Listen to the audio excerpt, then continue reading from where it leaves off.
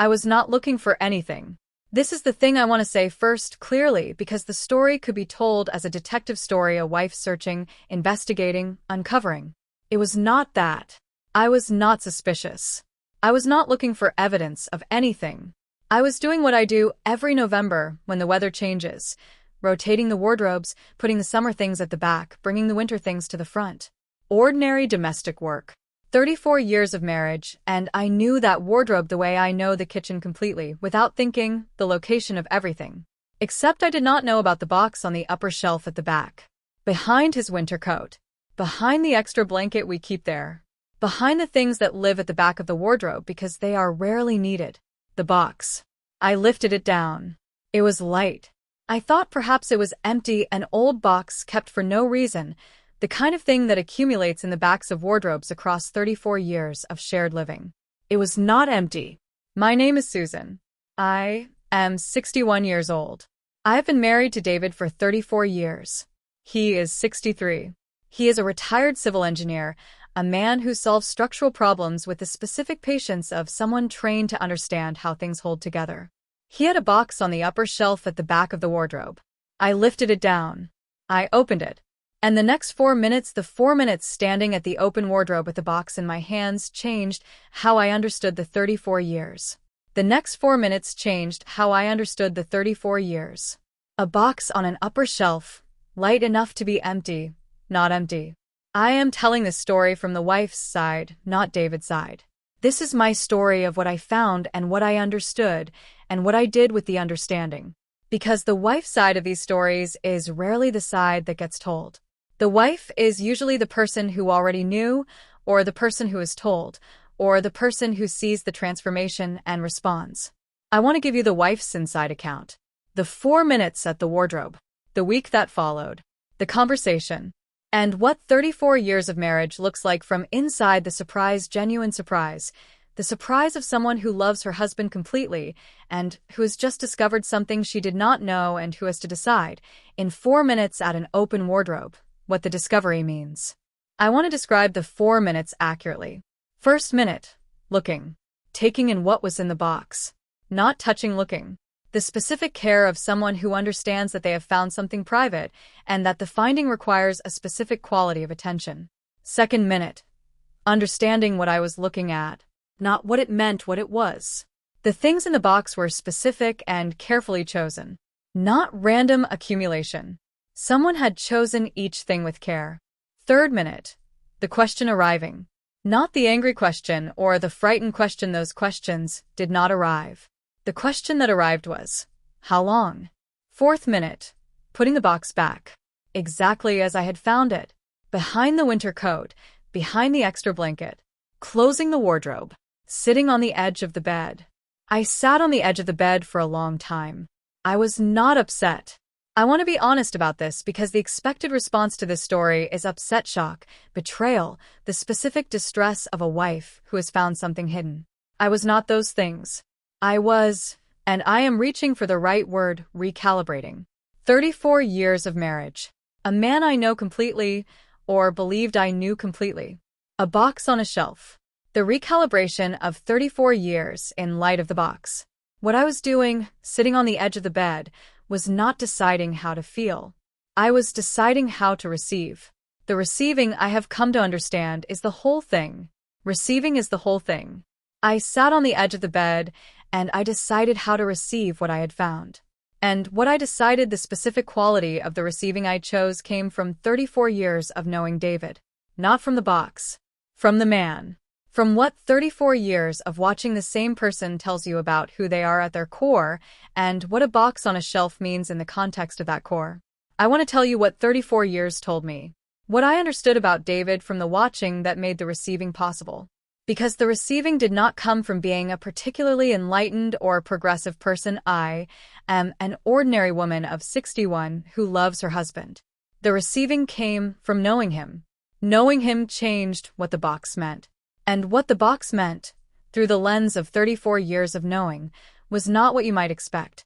34 years tells you specific things about a person. It tells you, he is careful. The most careful person I know, careful with his work, careful with the people he is responsible for, careful with the things that matter. A civil engineer's carefulness extended to every aspect of the life. It tells you he is private, not secretive private. A man who has an interior life he tends without requiring it to be shared. I have always respected this. I am not a person who needs to know everything about the person I love. Some interiority is not hiding.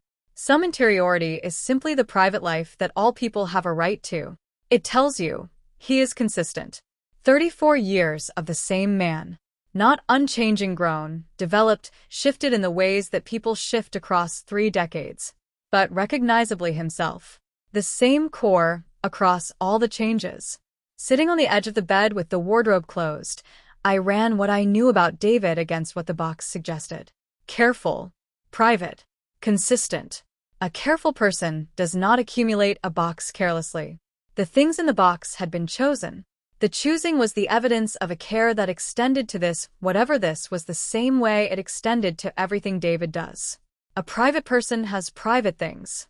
The box was private. The privacy was not betrayal. The privacy was David being David. A consistent person does not have a secret that contradicts the core of who they are. The box did not contradict David's core. The box was, I understood this slowly, sitting on the bed, an extension of his core. Something that had been there, at the core, alongside everything I knew. I had not known about it. That was the only new information. The man was the same man. The box was part of the man. I had not known about the box. I decided I was going to know about it now. Not by confrontation. I have never confronted David in 34 years. Confrontation is not the grammar of our marriage. By conversation. But not that evening. The evening was ordinary. Dinner, the television we watch on Wednesdays, the ordinary married evening. I chose not to say anything that evening. I chose to wait until I had decided exactly what I wanted to say and how I wanted to say it. I am a careful person too. The carefulness is one of the reasons we work. I waited 4 days. And on the Saturday morning at the kitchen table, over coffee, I said what I had spent 4 days preparing to say. Not an accusation. Not a confrontation. A specific question, one question, 3 words that I had decided was the right opening. And the 3 words I chose, and the reason I chose them and what David said when I asked them, is where the story really begins. I said, "Who is she?" 3 words. Not, "What is in the box?" Not, "I found something." Not, "We need to talk." The 4 words that have been announcing difficult conversations since the beginning of marriages. Who is she? Because 34 years of knowing David had told me, there is a she. The box was the evidence of a she. The careful choosing, the specific things, the private keeping, these were not random. They were for someone. And the someone was a she. And she was David's. He looked up from his coffee. He looked at me for a moment. He said, "You found the box." Not a question. He knew. I said, "Last Tuesday. I was doing the wardrobes." He said, "I wondered." He said, "I noticed you had done the wardrobes." He said it without accusation, simply noting. He had noticed the wardrobes had been done and had understood what that might mean and had been waiting. He said, "Her name is Diane." He said it quietly, in the specific tone of someone saying something they have been keeping for a long time and who is both relieved and frightened by the saying. I said, "How long?"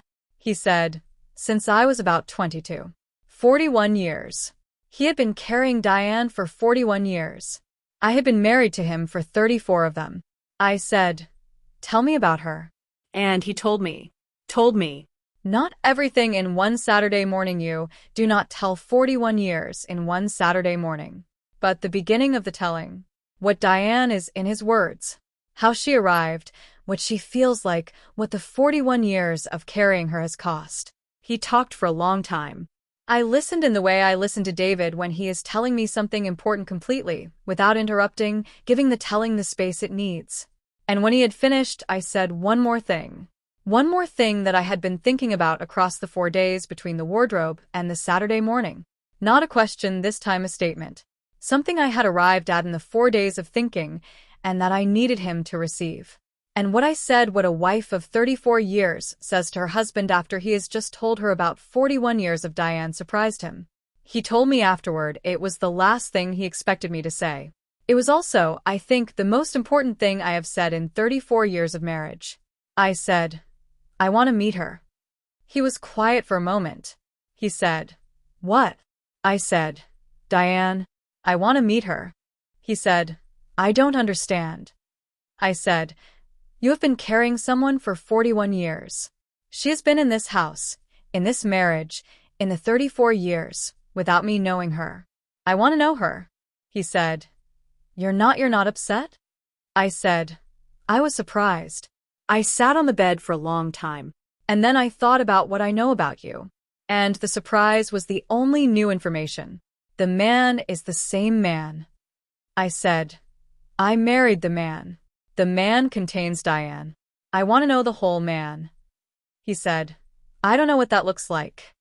I said, Neither do I. We'll figure it out. I said, We have figured out harder things. He looked at me across the kitchen table. He said, Why aren't you upset? I said, Because I know you. Because 34 years of knowing you told me that the box was not a betrayal. It was a private thing being kept private because the world had not given it room. I said, I want to give it room. I said, This house is room. I said, I want Diane to have room in the house. He sat with that for a while. The coffee went cold. We made more. We made more coffee. And across the next weeks, we built what I had described not quickly, not with a plan, in the specific gradual way of something real being built by two people who trust each other and who are willing to figure it out as they go. I want to tell you what the figuring out produced, what meeting Diane looked like. And I want to tell you about the moment, not the first moment, not the early, careful moments of something new, but a later moment, an ordinary moment, maybe 4 months in when I understood that what I had said at the kitchen table was right, that the house had room, that the room was real, that Diane had always been in the marriage, and that having her properly in it was not a loss of what I had but an addition. The moment happened on a Sunday morning. I want to give you the Sunday morning. 4 months after the Saturday kitchen table. A Sunday in spring. The specific Sunday morning quality of a house where nobody has anywhere to be, the slow morning, the coffee made without urgency, the light doing what spring light does through the kitchen window. David came downstairs. I was at the kitchen table with my coffee and the newspaper. I looked up. Diane was in the kitchen. Not announced. Not an occasion. Simply present in the specific ordinary way that I had said I wanted, that I had not fully understood when I said it, and that I understood completely now. She moved to the kettle. She said, Morning. I said, Morning. She made her tea. She sat across from me. We sat in the specific comfortable silence of two people who are used to each other. I looked at her. She is not a different person from David. This is what I had not fully understood before. I had thought meeting Diane would be meeting someone new. She is not someone new. She is David in the right register. The same core, the same quality, the same man I have known for 34 years, in the specific quality of himself that the ordinary life had not always had room for. I said, You look comfortable. She said, I am. She said, Thank you. I said, For what? She said, For making room. She said it simply. The specific simplicity of someone saying something true. The house had room. I had made room. Diane was in the room. She looked comfortable. She looked like she had been here all along. She had. The title says, My husband's transformation shocked me. I want to be honest about what shocked me and what did not. What shocked me? The box. The finding. The 4 minutes at the wardrobe with the November light coming through the window. The specific shock of new information arriving in the middle of ordinary domestic work. That was real shock. I sat on the bed for a long time. The recalibration was real. What did not shock me? Diane. Diane did not shock me. This is the thing I want to say clearly, because it is the thing that surprised everyone I have told the story to. They expect the wife to be shocked by the transformation, by the revelation, by the presence of someone they did not know was there. I was not shocked by Diane, because Diane is David. The transformation the title describes is not a transformation from one person to another. It is the arrival of the full person. The same person who has been in this house for 34 years, in the full version. I have been married to the full person for 34 years. I simply did not have the complete picture. The complete picture is better than the incomplete one. Not different, better. More complete. More itself. I asked David once, several months in, whether he had expected this, the receiving, the room, the Sunday morning. He said, no. He said, I had expected the disaster. I said, why? He said, because the management predicts the disaster. The management said, if she finds out, it will be the end. I said, the management was wrong. He said, the management is usually wrong. I said, yes. He said, I wish I had known that sooner. I said, you know it now. He said, yes. He said, thank you for showing me. I showed him by opening the wardrobe, by sitting on the bed, by deciding how to receive. The receiving is the whole thing. Subscribe and stay. 3 words. Who is she? I have thought about why those were the right 3 words. Not, what is in the box? That question makes the box the subject. The box was not the subject. Diane was the subject. Not, were you hiding something? That question frames the finding as a betrayal investigation. It was not that. Not, we need to talk. Those 4 words put David on the defensive before the conversation had begun. Who is she? The question assumed a person. Not a secret, not a problem, a person. The question said, I have found evidence of someone. I want to know who the someone is. The assuming of a person was the most important thing I did in those 4 days between the wardrobe and the Saturday. David told me afterward, when you said, who is she, I knew you had already understood something. Not everything, but something. The question was not the question of someone who was frightened. It was the question of someone who is curious. Curious is the right quality for discovering that the person you love contains more than you knew. Not frightened. Curious. Who is she? Tell me. You are sitting on the edge of the bed. The wardrobe is closed. The box is back where you found it. The November light is the November light. I want to talk to you before you decide anything. Not to tell you what to decide. I do not know your marriage or your husband or the 30 years of your specific knowing. I can only tell you what I did with mine. I ran what I knew against what I had found. Everything I knew about David said, the man is the same man. The box does not contradict the man. The box is part of the man, a private part, kept private because the world had not given it room. I asked myself, can I give it room? I sat on the bed until I had answered honestly. The honest answer was yes. Not without difficulty. The yes was not easy. The recalibration took the 4 days, and it was real recalibration. The surprise was real. The new information required processing. But the receiving was possible. Because I knew the man. Knowing the man was everything. Run what you know against what you have found. The knowing will tell you what the finding means. The receiving is the whole thing. You will know what to receive. Between the wardrobe and the Saturday morning, I had 4 days. I did not tell anyone about the 4 days. Not my sister, not my closest friend, not anyone. The 4 days were mine, the specific private time of someone who has found something important and who needs to sit with it before the sitting becomes a conversation. Day 1 was mostly silence. I went through the ordinary Tuesday, the work I do from home, the lunch, the evening with the knowledge of the box running alongside everything else. I did not make decisions on day 1. I let the knowledge be there without requiring anything of it. Day 2 was the recalibration.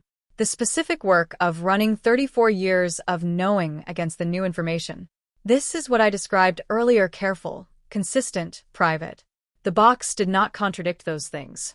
The box was those things extended into an area I had not known about. By the end of day 2, I had arrived at the most important question. Is this a betrayal? I sat with the question honestly. The answer was no. David had not deceived me. He had kept something private. The keeping private is not the same as deception. Deception requires the intent to mislead. The box was not misleading me about who David is. The box was an aspect of who David is that had not been shared. The not sharing had cost him something. I could see that now, looking back at 34 years. The cost was the specific cost that these stories describe, the management running alongside everything, the interior kept interior, the price of the careful keeping. The not sharing had not cost me anything I was aware of. I had had 34 years of a real marriage to a real man. But I could have had more. Day 3. I decided I wanted more. Day 4. I prepared the 3 words. Who is she? She looks like David.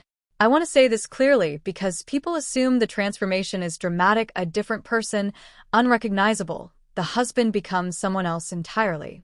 She looks like David in the way that all people look like themselves when they are fully present. The same face, the same hands, the same way of moving through a room. The same laugh. David has a specific laugh. Quiet. The laugh of someone who finds things genuinely funny rather than performing amusement. Diane has the same laugh. What is different is the quality of presence. I have been trying to find the right description for months. The closest I have come is this. David moves through a room like someone who is aware of the room, aware of how he occupies it, aware of the space, aware of the eyes that might be on him. It is not self-consciousness in the uncomfortable sense he is a confident person. It is the specific awareness of someone who is always, slightly, monitoring the presentation. Diane moves through a room like someone who is in it, not monitoring, present. The room does not require management when Diane is in it. The room is simply where she is. I noticed this first on the Sunday morning I described. She came into the kitchen, and I watched her move to the kettle, and I thought, she is just in the kitchen, not performing the kitchen. In it. I had not seen David simply in the kitchen before. I had seen him managing the kitchen, occupying the kitchen, being appropriately present in the kitchen. I had not seen him simply there. Diane is simply there. It is the most peaceful thing I have watched in 34 years. Her name is Carol. She is 64. We have been close across our whole lives in the way of sisters who are genuinely each other's first call.